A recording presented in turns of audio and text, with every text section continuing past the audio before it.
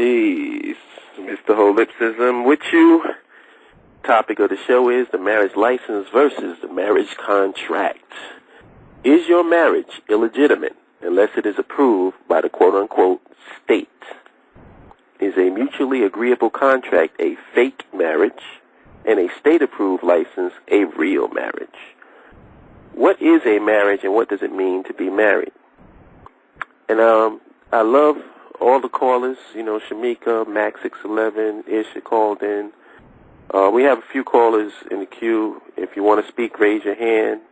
There's another caller, 5250, last four digits. I'm going to bring them in shortly.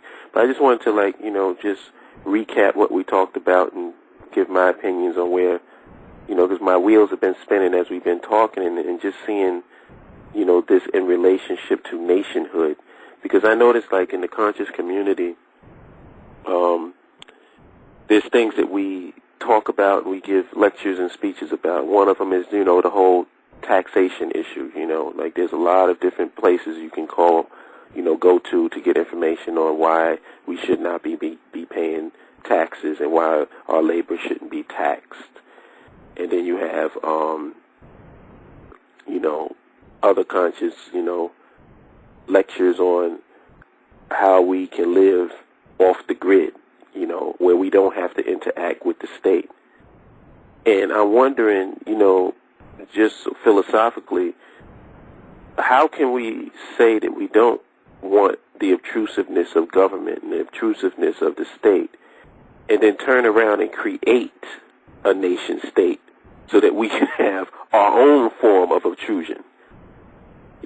That's something that philosophically we have to wrestle with and ask that question. If we're going to create a system, what is that system going to be based on? What principles are we going to base this new nation and this new system on? Are we just going to create another form of guys? It's like, I look at it, compare it to the ring in the Lord of the Rings. It's like everybody who wanted that ring thought that their possession of it was going to make it good. Now, I know that the ring is very, it has a lot of power, and if it's in the wrong hands, it can be used wrong. But if I can wear it, I'll make sure that everything is all right. And my thing is, at the end of the movie, everybody who wore the ring eventually became corrupt. So the whole point at the end of the movie was to throw the damn ring in the lake of fire and burn it so that nobody would be wearing it. And I'm just wondering if the state is similar to that concept. Like, everybody wants this ring of power. Everybody wants the ability to enforce their laws, meaning their opinions, backed by a gun, onto other people. And nobody's even talking about the concept of mutually agreeable contracts, with an opt-out. With an opt-out. Because I wouldn't even have a problem with the concept of the state if I could opt out. It should be like, if I want to get a marriage license, I can get a marriage license through the state. As long as I have an opt-out and I don't want to deal with all of the intrusion of the state into my life, I can opt out and say, you know what, I really don't think it's none of your business what's going on between me and my wife, so I'm opting out of this marriage license. And it's just going to be a contract between me and her. And thank you, because we have no intentions of going to court. We're happy together. Why can't I do that? Or why can't I opt out of paying taxes? If I'm not paying taxes, it could be a record on file to show that, I don't pay taxes.